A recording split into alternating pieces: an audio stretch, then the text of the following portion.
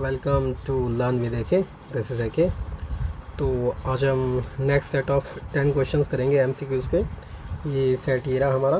तो चलो बिना टाइम वेस्ट करे स्टार्ट करते हैं। सो फर्स्ट क्वेश्चन हमारे पास है the sum of first M terms of an AP. देखो सम ऑफ एम टर्म्स, तो एस और ये हमारा हो गया एम टर्म्स। ये ऑलरेडी गिवन है कितना, 2m² प्लस 3m। ठीक है, अब करें then find it second term, यानी कि सेकेंड टर्म मतलब टर्म, सम नहीं बोला उसने, सेकेंड टर्म निकालना है। अब देखो, मान लो अगर आपके पास समझने के लिए कि इसका यूज़ करके हम कैसे निकालेंगे, मान लो आपके पास एक एपी है 2 3 4 5 ऐसे करके नॉन। तो आप जैसे ध्यान दोगे कि मान लो अगर आप इसका फर्स्ट टर्म का सम निकालते तो ये खुद भी 2 आता, और जो फर्स्ट टर्म है वो अपने आप में 2 है। ठीक है, ऐसे आप जैसे सेकंड टर्म पे जाते तो सेकंड टर्म और फर्स्ट टर्म का सम कितना आता, मतलब S2 कितना आता, 2 और 3 5 आता, लेकिन आपका जो A2 है वो तो 3 है। ठीक है, तो इनके बीच का डिफरेंस क्या देख रहे हो आप, समझ में आ रहा है? वो कितना है, 2, जो कि किसके इक्वल है, A1 के। यानी कि अगर हम S2 में से S1 माइनस कर दे तो हमें कौन सी टर्म मिलती है, A2। हम इसी का इस्तेमाल करेंगे। ओके, अभी के लिए हटा देते हैं और इसका इस्तेमाल करके देखते हैं कि कैसे सॉल्व होता है। अब देखिए, पहले हम S1 निकाल लेते हैं। S1 के लिए हम 1 वैल्यू डालेंगे, तो 2 1² प्लस 3 × 1। सॉल्व करते ही देखो 2 एकम 2 3 एकम 3, यानी कि 5 आ गया। S2 यहाँ 2 लिख दिया हमने, प्लस 3 2 2 दूनी 4 दूनी 8 और 3 दूनी 6 8 6 14 आ गया। ठीक है, और इस फॉर्मूले का इस्तेमाल करते हुए आप देखो, अगर आपको समझ नहीं आया तो ये ऐसे आएगा ना, 3 दूनी 6 = 14। अब S2 की वैल्यू आ गई हमारी 40। ठीक है, और S1 की वैल्यू आ गई हमारी 5। इसमें से ऐसे घटाया, हमारा आंसर आ गया 9। This is our answer.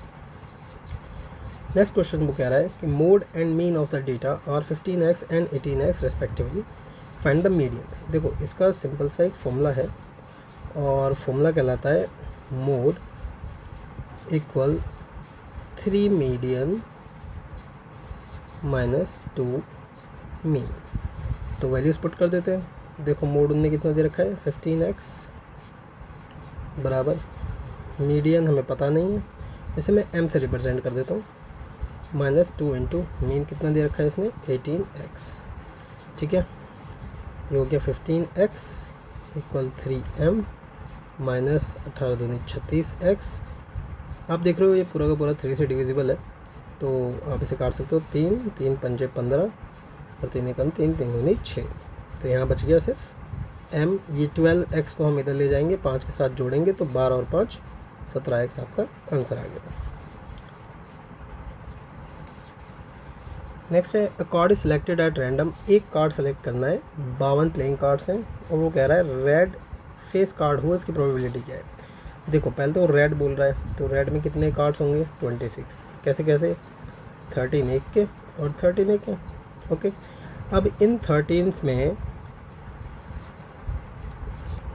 13 में हमारे पास क्या क्या होगा, एक जैक होगा, एक क्वीन होगा और एक किंग होगा। ऐसे इसमें भी एक जैक होगा, एक क्वीन होगा और किंग होगा। इनके चेहरे दिखते हैं तो इसलिए फेस कार्ड्स हैं।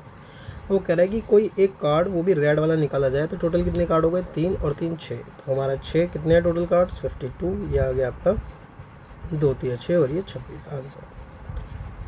नेक्स्ट कह रहा है which of the following is rational number between √3 and √5। क्या चाहिए हमें, रेशनल नंबर चाहिए। रेशनल नंबर कौन से होते हैं, जो p/q, जहाँ पे q क्या हो, 0 ना हो, ऐसे लिखा जा सकता है। ठीक है, तो जैसे कि आप फर्स्ट लुक में देखोगे, देखो ये डॉट डॉट डॉट, ये एंड नहीं कर रहा। ठीक है, ये नॉन टर्मिनेटिंग है। देखो, ये भी अगर बार नहीं लगा होता तो ये 6 चलता। पाई अपने आप में ये रिलेशनल नंबर है। ठीक है,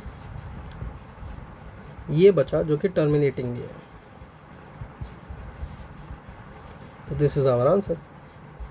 और ये भी रेशनल है क्योंकि रुक ही नहीं रहा, ये भी रुक नहीं रहा, रेशनल नंबर एक ही, देखते पता चल रहा है कि टर्मिनेटिंग है, और ये हमारा आंसर हो गया।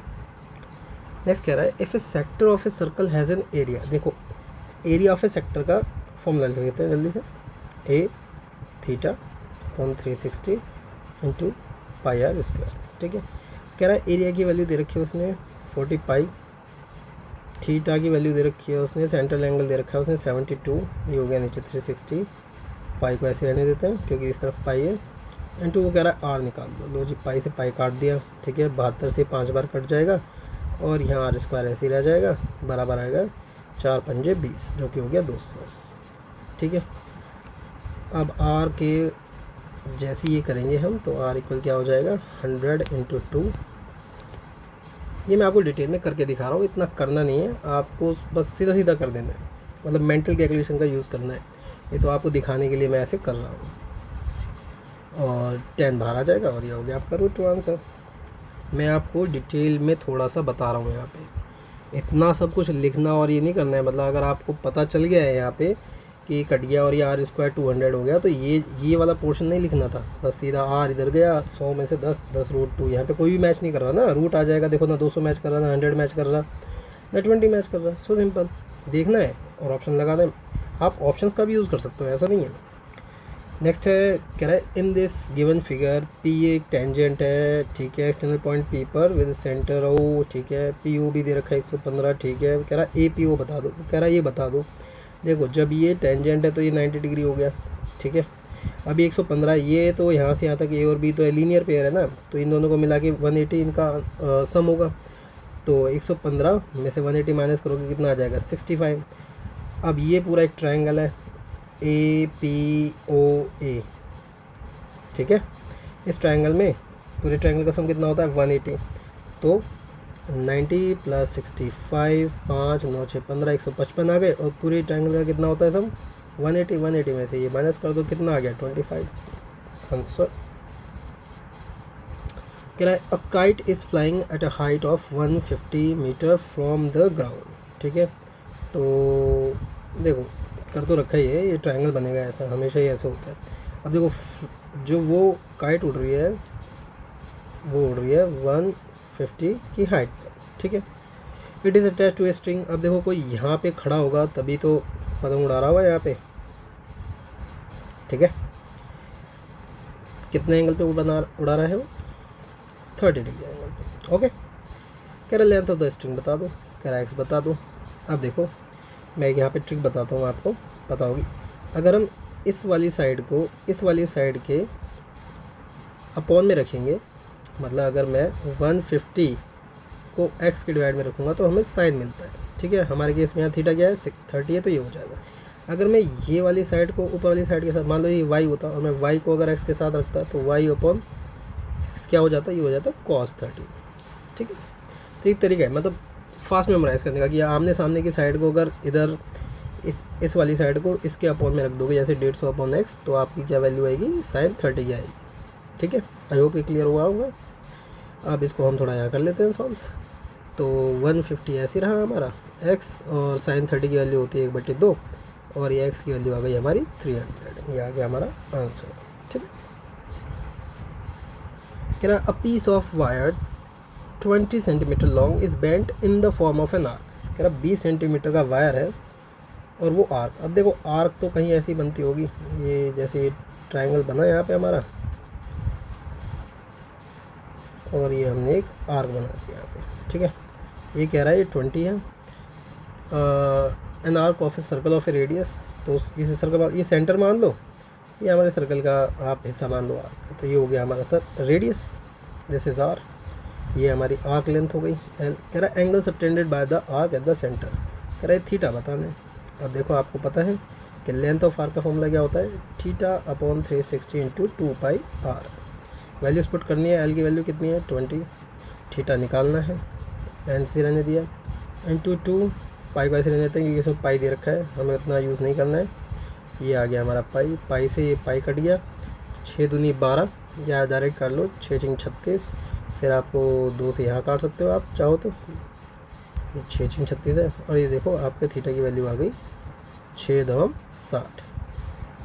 ठीक है, तो ये क्वेश्चन आ गया हमारे असर्शन और रीज़न के 2 क्वेश्चन हैं। आई होप आप इससे पहले से ही अवगत हो गए, आपको ऑलरेडी पता होगा कि यहाँ क्या लिखा है। हम क्या करते हैं, हम क्वेश्चंस को यहाँ से करते हैं ताकि आपको पूरा पोर्शन दिखता रहे। तो क्वेश्चन नंबर 19, कह रहा probability of selecting a number at a random from numbers 1 to 20 is 1। मान लो 1 से लेके 20 तक नंबर थे और मैंने कोई नंबर चुन लिया, मान लो मैंने 7 चुन लिया। अब 7 अपने आप में तो एक ही डिजिट है ना, एक नंबर है, सॉरी डिजिट नहीं, एक नंबर है। अब इसके 20 में से क्या अगर हम प्रोबेबिलिटी निकालेंगे तो सिर्फ 7 को चुनने के लिए एक बार ही चुना जा सकता है 7, और हमारे पास कितने हैं टोटल इवेंट्स 20। तो ये तो आपको दिख ही रहा है कि भैया ये तो 1 से बहुत ज़्यादा कम आ रहा है, मच लेसर देन 1, कितना 0.05 अराउंड आ जाएगा, ठीक है। तो ये तो गलत हो गया। कह रहा for any event if P is 1 then E is called a sure event. ये बिल्कुल करेक्ट है। अगर कोई चीज़ होनी ही होनी है तो वो तो हो के रहेगी। मान लो एक सिक्का है और सिक्के के दोनों तरफ हेड लिखा है, आप इसे उछालोगे और आप सोचोगे अरे टेल्स आ जाए, कैसे आ जाएगा, हमेशा ही हेड आएगा। तो श्योर इवेंट है ना कि हेड ही आएगा, अगर आप हेड वाले सिक्के को उतारोगे तो ये ठीक है। तो यहाँ पे असर्शन गलत है और रीज़न राइट है। तो असर्शन गलत है और रीज़न राइट है। ये डी ऑप्शन में हमें दिख रहा है, तो इसका आंसर आ जाएगा आपका 19 का डी। 20 कह रहा है if we join 2 hemispheres of same radius along their bases we get a sphere. भाई कोई भी गोल मटोल चीज़ लो, स्फेयर जैसी, बॉल जैसी, जो अंदर से ठोस हो, उसे काटो तो 2 हेमिस्फेयर बन गए, उन दोनों को जोड़ोगे तो दोबारा से स्फेयर बन जाएगा। सो सिंपल, विजुअलाइजेशन है सिंपली, ठीक है। वो कह रहा है total surface area of A sphere is, देखो TSA ऑफ ए स्फेयर पूछ रहा है। TSA ऑफ स्फेयर तो होता ही 4πr² है, ये तो हेमिस्फेयर का है, हेमिस्फेयर का है 3πr²। तो ये क्या हो गया, गलत हो गया। अब इसमें असर्शन सही है हमारा और रीज़न गलत है, तो असर्शन इज़ ट्रू, इसमें आ गया आपका आंसर सी, ठीक है। तो हमने बहुत ही ईज़िली, बहुत आसानी से ये कर लिए। आई होप कि आपको ये समझ में आया होगा। If you like it please like it and subscribe my channel, और सजेशंस तो प्लीज़ बताएं। I will solve anything that you will throw at me, okay. तो दिस इज़ फॉर नाउ।